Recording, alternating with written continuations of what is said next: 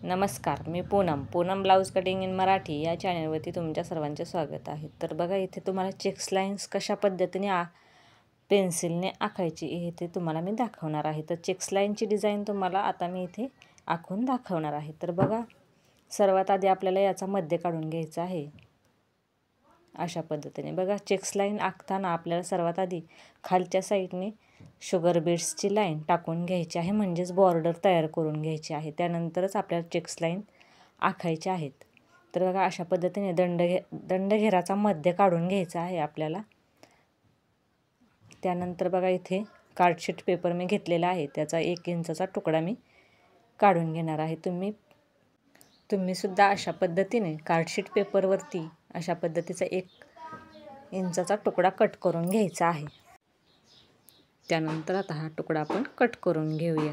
तर बघा, बरोबर आपल्याला कट करून घ्यायचा आहे हा तुकडा।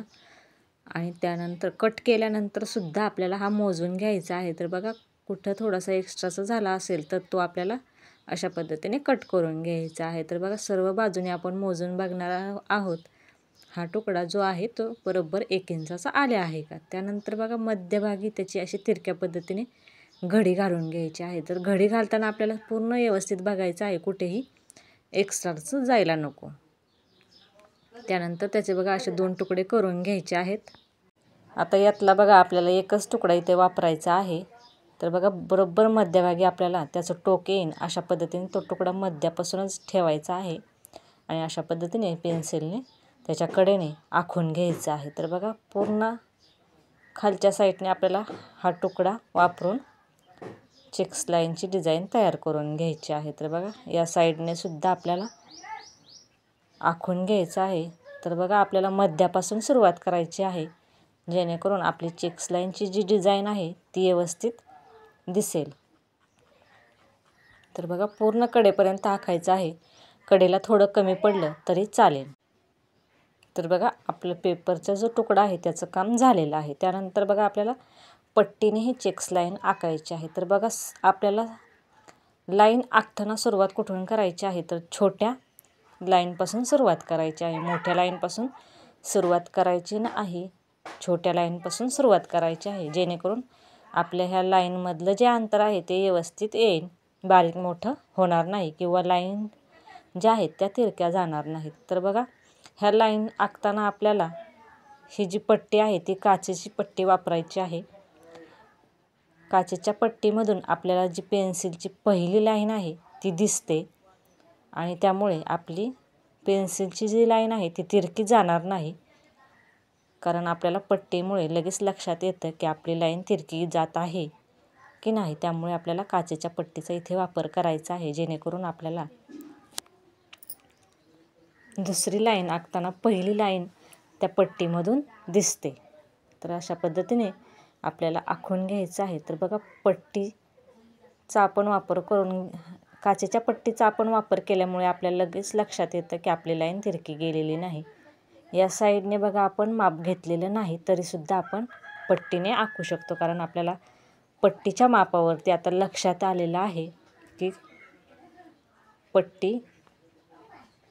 पट्टीचं अंतर किती घेतल्यानंतर बरोबर ही लाईन येत आहे। त्यामुळे आपल्याला या साईडने डायरेक्ट पट्टीने लाईन आखली तरी चालणार आहे। तर त्यानंतर बघा, या साईडने सुद्धा आपण छोट्या लाईन्स ज्या आहेत त्या आधी आखून घेणार आहेत, नंतर मोठ्या मोठ्या लाईनकडं जाणार आहोत, जेणेकरून आपल्या लाईन ज्या आहेत त्या तिरक्या जाणार नाहीत। तर अशा पद्धतीने आपल्याला पूर्ण चेक्स लाईन्स आखून घ्यायची आहे। तर बघा, काचेची पट्टी वापरल्यामुळे चेक्स लाईन्स आखण्यासाठी आपल्याला मदत होते, त्यामुळे चेक्स लाईनसाठी आपल्याला काचेची पट्टीच वापरायची आहे। आणि अशा पद्धतीचा 1 इंचाचा तुकडा आपल्याला पेपरचा कट करून घ्यायचा आहे। तर तुम्हाला 2 इंचाचा हवा असेल तर तुम्ही 2 इंचाचा सुद्धा घेऊ शकता, 1.5 इंचाचा सुद्धा तुकडा कट करून घेऊ शकता। आणि तुम्हाला जर बारीक डिझाईन हवी असेल तर तुम्ही 1 इंचाचा तुकडा तयार करून घ्यायचा आहे। आणि अशा पद्धतीने बघा आखायचं आहे। तर बघा, पट्टीवरती लक्ष ठेवायचं आहे आपल्याला। पहिली जी लाईन आपण आखलेली आहे त्याच लाईनीवरती पट्टी कुठपर्यंत येते ते बघायचं आहे आणि बरोबर 1 इंचाची लाईन बघा तयार होत आहे. हे बघा अशा पद्धतीने आपल्याला पूर्ण आखून घ्यायचं आहे. तर बघा आता आपण पट्टीवरती आपल्याला लक्षात आलेलं असतं, त्यामुळे हे या साईडने आपण अशा पद्धतीने आखून घ्यायचं आहे. तर बघा व्यवस्थित इथे आपली चेक्स लाईनची डिझाईन अगदी 5 मिनिटातच रेडी झालेली आहे. तुम्हाला जर आवडली असेल तर मला नक्की एक लाईक करा. तर बघा पूर्ण चेक्स लाईनची डिझाईन तयार झाली आहे.